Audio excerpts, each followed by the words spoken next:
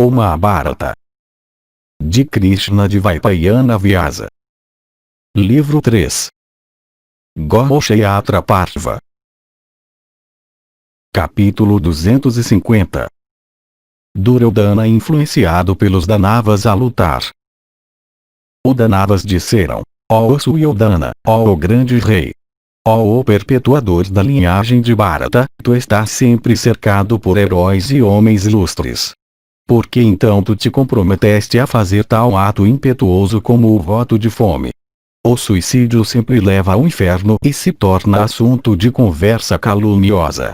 Nem pessoas inteligentes como tu, alguma vez colocam as mãos em ações que são pecaminosas e contrárias aos seus melhores interesses, e que atingem a própria base de seus propósitos. Reprime essa tua resolução, portanto, ó rei, a qual é destrutiva de moralidade, lucro, e felicidade, de fama, coragem, e energia, e que aumenta a alegria dos inimigos. Ó rei exaltado, conhece a verdade, a origem celeste da tua alma, e o Criador do teu corpo, e então convoca a paciência para te ajudar. Antigamente, ó rei, nós te obtivemos, por austeridades ascéticas, de Mahesvara. A parte superior do teu corpo é totalmente feita de um grupo de Vajras, e é, portanto, invulnerável a armas de toda espécie, ó impecável. A parte inferior do teu corpo, capaz de cativar o coração feminino por sua beleza, foi feita de flores pela própria deusa, a esposa de Mahadeva. O teu corpo é, dessa maneira, ó o melhor dos reis, a criação do próprio Mahesvara e sua deusa. Portanto, ó tigre entre reis, tu és de origem divina, não humana. Outros kshatriyas corajosos de energia poderosa, encabeçados por Bhagavata, e todos conhecedores de armas celestes, matarão os teus inimigos. Portanto, que essa tua aflição cesse. Tu não tens motivo para temer. Para te ajudar, muitos Danavas heroicos nasceram sobre a terra. Outros Asuras também possuirão Bhishma e Drona e Kama e outros. Possuídos por esses Asuras, aqueles heróis perderão sua bondade e lutarão com teus inimigos. De fato, quando os Danavas entrarem em seus corações e os possuírem completamente, lançando toda a afeição à distância, tornando-se desumanos, aqueles guerreiros atacarão a todos os que forem antagônicos a eles em batalha sem poupar filhos, irmãos, pais, amigos, discípulos, parentes, até crianças e homens idosos. Cegos por ignorância e ira, e impelidos por aquele destino que foi ordenado pelo Criador, aqueles tigres entre homens, com corações imersos em pecado, despovoarão, ó o principal dos Kurus, a terra por lançar e disparar todas as espécies de armas, com grande virilidade e força e sempre se dirigindo uns aos outros vaidosamente com palavras como estas: tu não escaparás de mim hoje com vida. E aqueles ilustres filhos de Pandu também, 5 em número, lutarão com eles. E, dotados de força imensa e favorecidos pelo destino, eles realizarão a destruição deles. E, ó rei, muitos Daityas e Rakshasas também, que nasceram na classe Kshatriya, lutarão com grande coragem em batalha com o inimigo, usando maças e clavas e lanças e várias armas de um tipo superior. E, ó herói, em relação ao temor que há em teu coração resultante de Arjuna, nós já determinamos os meios para matar Arjuna. A alma do morto Naraka assumiu a forma de Karna. Lembrando-se de sua hostilidade antiga, ele enfrentará a ambos, Keshava e Arjuna. E aquele guerreiro poderoso e principal dos batedores, orgulhoso de sua destreza, vencerá Arjuna em batalha, como também todos os teus inimigos. O manejador do raio, sabendo de tudo isso, e desejoso de salvar Arjuna, disfarçado tirará de Karna os seus brincos e cota de malha. Nós também por essa razão designamos centenas e mais centenas e milhares de Daityas e Rakshasas, isto é, aqueles que são conhecidos pelo nome de Sansapitakas. Aqueles guerreiros famosos matarão o heróico Arjuna. Portanto, não sofras, ó rei.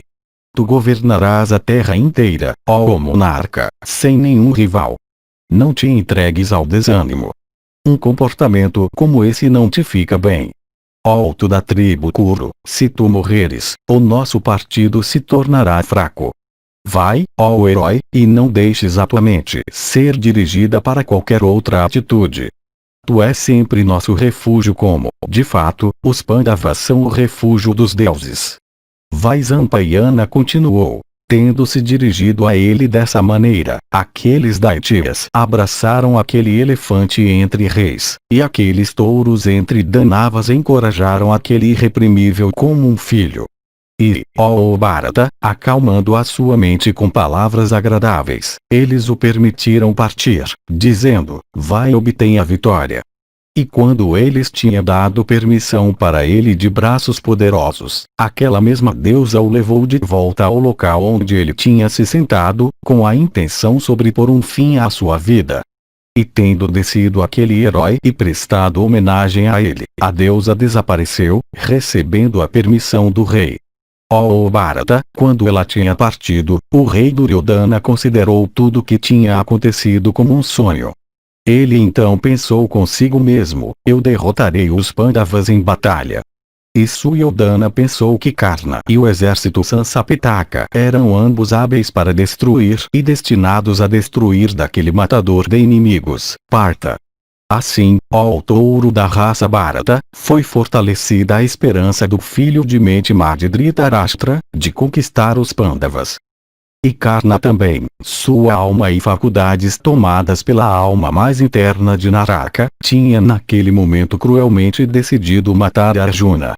E aqueles heróis, os Sansapitakas também, tendo sua razão possuída pelos Rakshasas, e influenciados pelas qualidades de emoção e ignorância, estavam desejosos de matar Falguna.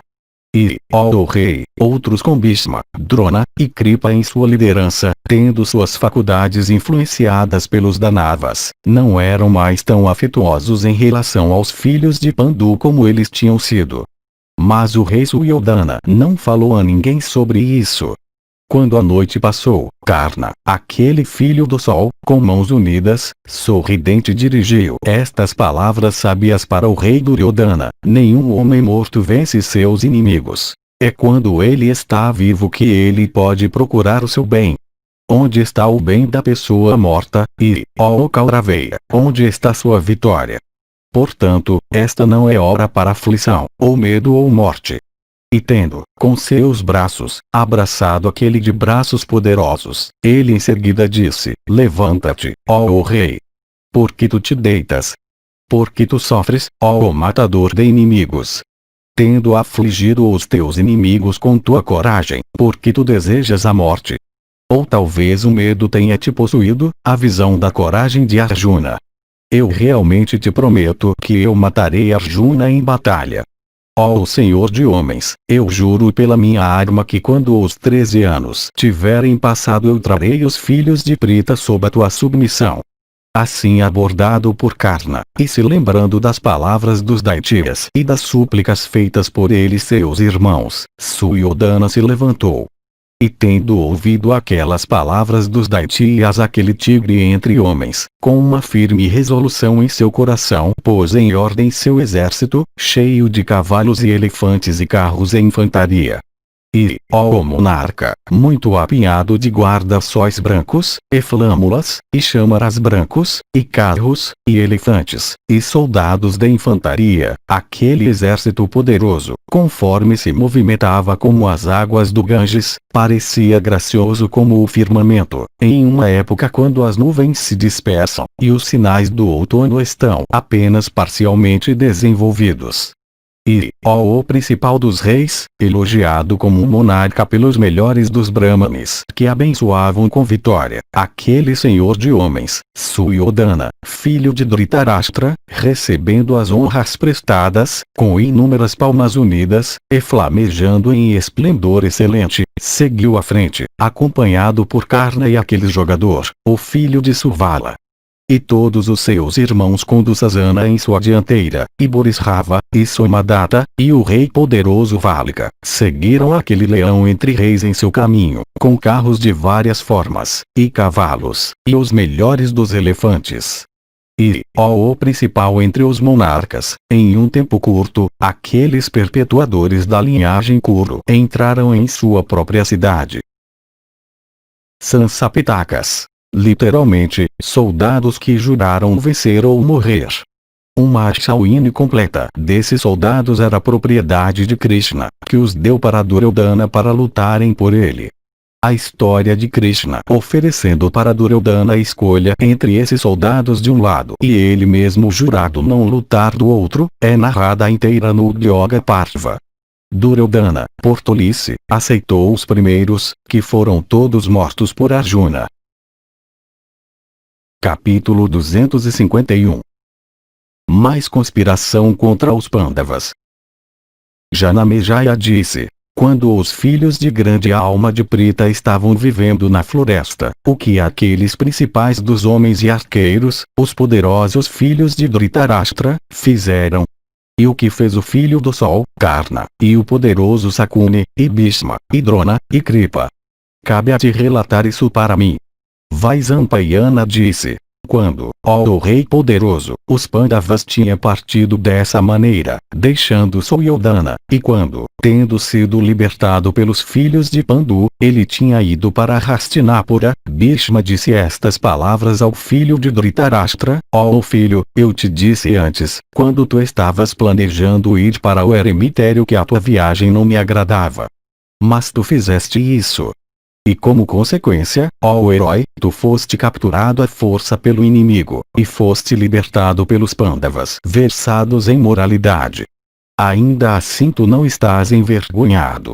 Mesmo na tua presença, ó filho de Gandhari, junto com teu exército, o filho de Suta, tomado pelo pânico, fugiu da batalha dos Gandharvas, ó rei.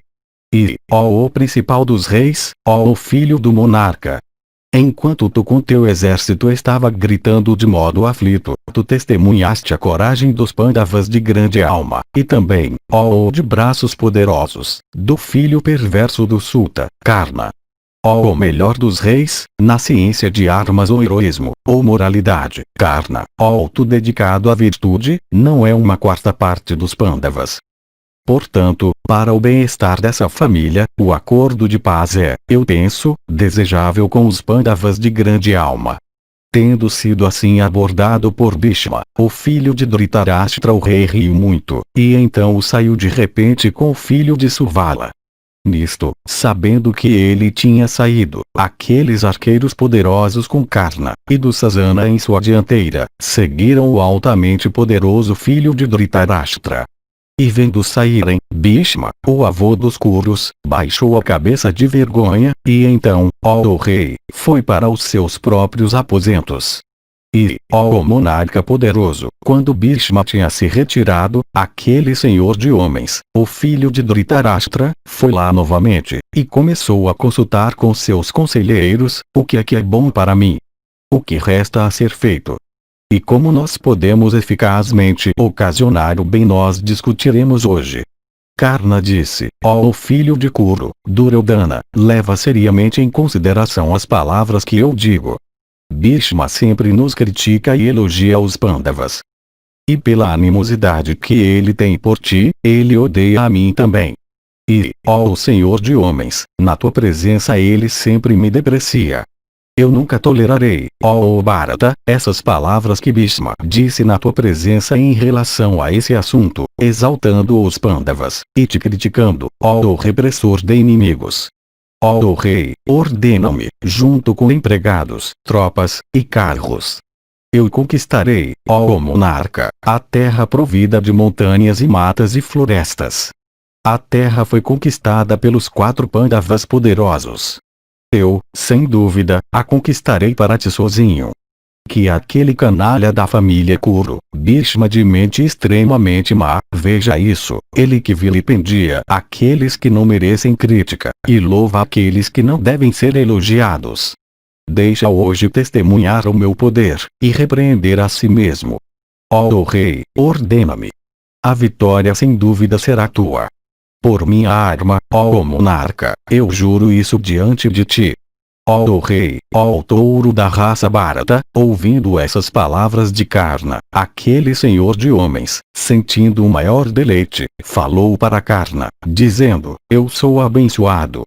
Eu sou favorecido por ti, já que tu, dotado de grande força, estás sempre concentrado no meu bem-estar. A minha vida deu frutos hoje. Como tu, ó herói, pretendes subjugar todos os nossos inimigos, vai. Que o bem te aconteça. Ordena o que eu devo fazer. Ó subjugador de inimigos, tendo sido assim abordado pelo inteligente filho de Dhritarashtra, Karna pediu todos os artigos necessários para a excursão. E em um dia lunar auspicioso, em um momento auspicioso, e sob a influência de uma estrela presidida por uma divindade auspiciosa, aquele arqueiro poderoso, tendo sido honrado por 2 vezes nascidos, e sido banhado com substâncias auspiciosas e sagradas e também louvado por meio de palavras, partiu, enchendo com estrépito de seu carro os 3 mundos, com seus objetos móveis e imóveis. Capítulo 252. Karna subjuga cidades vizinhas. Vaisampayana continuou. Então, ó touro entre os Bharatas, aquele arqueiro poderoso, Karna, cercado por um exército grande, sitiou a bela cidade de Drupada. E ele, depois de um conflito difícil, subjugou o herói, e, ó o melhor dos monarcas, fez Drupada dar prata e ouro e pedras preciosas, e também pagar tributo. E, ó o principal dos reis, tendo subjugado, Karna trouxe sob submissão aqueles príncipes que estavam sob o comando dele Drupada e os fez pagarem tributo. Então, indo para o norte, ele subjugou os soberanos daquele quadrante e, tendo efetuado a derrota de Bhagadata o filho Rada, subiu aquela montanha imensa em Mavat, todo o tempo lutando com seus inimigos. E percorrendo todos os lados, ele conquistou e trouxe sob submissão todos os reis que habitavam em Mavat, e os fez pagarem tributo. Então, descendo da montanha e se apressando para o leste, ele subjugou os Angas, e os Bangas, e os Kalingas, e os Mandikas, e os Magadas, os Kakakandas, e também inclusos com eles os Avasiras, e Odrias, e os Aikshatras. Tendo assim conquistado o quadrante leste, Karna então se apresentou perante Batsabuni. E tendo tomado Batsabuni, ele subjugou Kevali, e Mritikavati, e Moana e Patrana, e Tripura, e Kosala, e forçou todos esses a pagarem tributo. Então, indo para o sul, Karna venceu os quadrigários poderosos daquele quadrante, e em Dakshinatya, o filho Suta entrou em conflito com Rukmi. Depois de ter lutado formidavelmente, Rukmi falou para o filho de Suta dizendo: ó o principal dos monarcas, eu estou satisfeito com a tua força e coragem. Eu não te farei mal, eu só cumpri o voto de um kshatriya. Alegremente eu te darei tantas moedas de ouro quanto tu quiseres. Tendo encontrado Rukmi, Karna se dirigiu para Pandya e as montanhas Ri. E por meio de luta ele fez Karala, o rei Nila, filho de Venudari, e outros melhores dos reis que viviam na direção sul pagarem tributo. Então, indo até o filho de Sisupala, o filho do Suta o derrotou, e aquele altamente poderoso também trouxe sob seu domínio todos os soberanos vizinhos.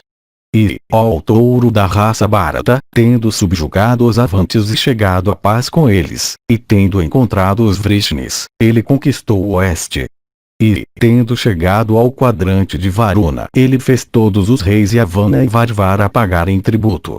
E, tendo conquistado a terra inteira, leste, oeste, norte e sul, aquele herói sem qualquer ajuda subjugou todas as nações dos Mlechas, os montanheses, os Badras, os Roitakas, os Agniyas e os Malavas.